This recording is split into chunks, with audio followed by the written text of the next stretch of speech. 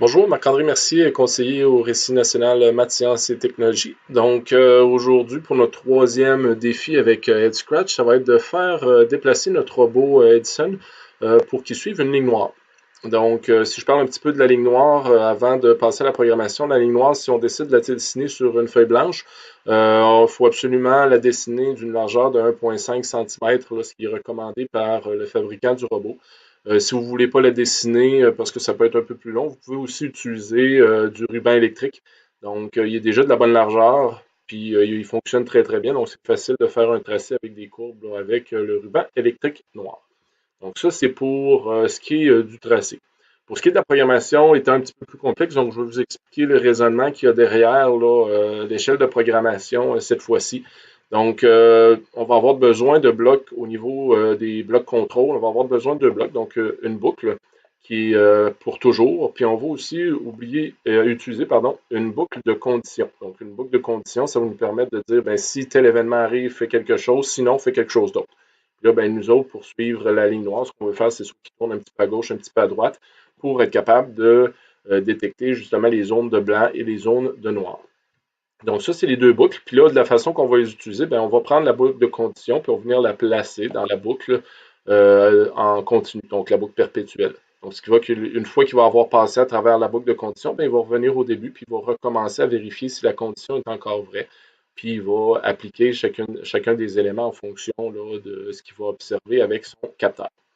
Pour ce qui est des capteurs, ce qu'on va avoir besoin, donc dans la partie sensing ou encore capteur, on va avoir la possibilité d'utiliser deux blocs principalement. Donc le premier bloc qu'on va utiliser, c'est de dire ben, mettre en marche le suiveur de ligne. Donc line tracking, c'est pour le mettre en marche. On pourrait le mettre à off également, donc dans le menu, mais nous autres, on veut le mettre en fonction. Et on va utiliser aussi le bloc ici, là, dans lequel on va avoir euh, une condition, si on veut, si le suiveur de ligne est sur une partie réfléchissante, donc reflective étant pour le blanc, donc la partie réfléchissante, ça va être pour le blanc.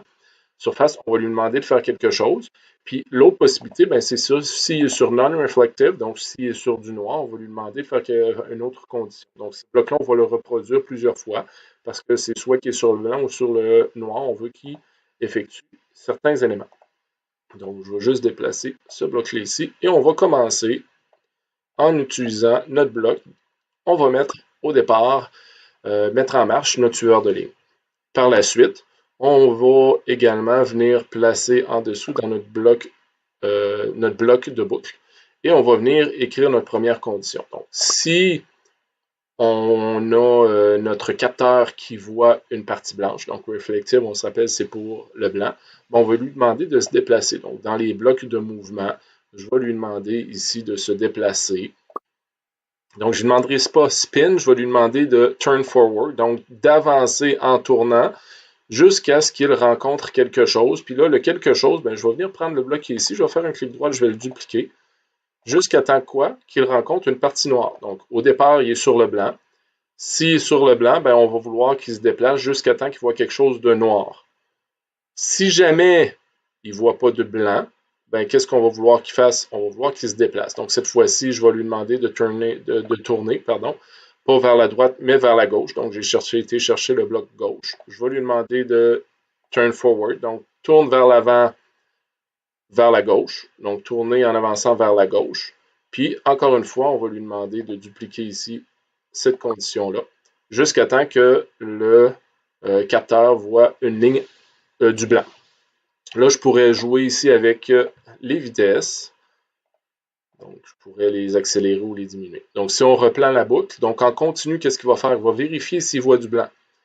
S'il voit du blanc, il va tourner vers la gauche jusqu'à temps qu'il voit du noir. Puis, s'il ne voit pas de blanc, ben, il va tourner jusqu'à temps vers la gauche, jusqu'à temps qu'il en voit. Puis, à ce moment-là, ben, il va se promener à l'intérieur de cette boucle-là en continu pour revérifier cette condition-là. Si jamais il ne voit pas de partie de réfléchissante blanche, ben, il va tourner vers la gauche pour en voir. Sinon, il va s'en aller vers la droite jusqu'à temps qu'il voit du noir. Donc, c'est pour ça que quand vous allez faire votre programmation, vous allez voir que votre repos se déplace en zigzagant sur la ligne noire de gauche à droite parce qu'il va vérifier ces conditions-là en continu.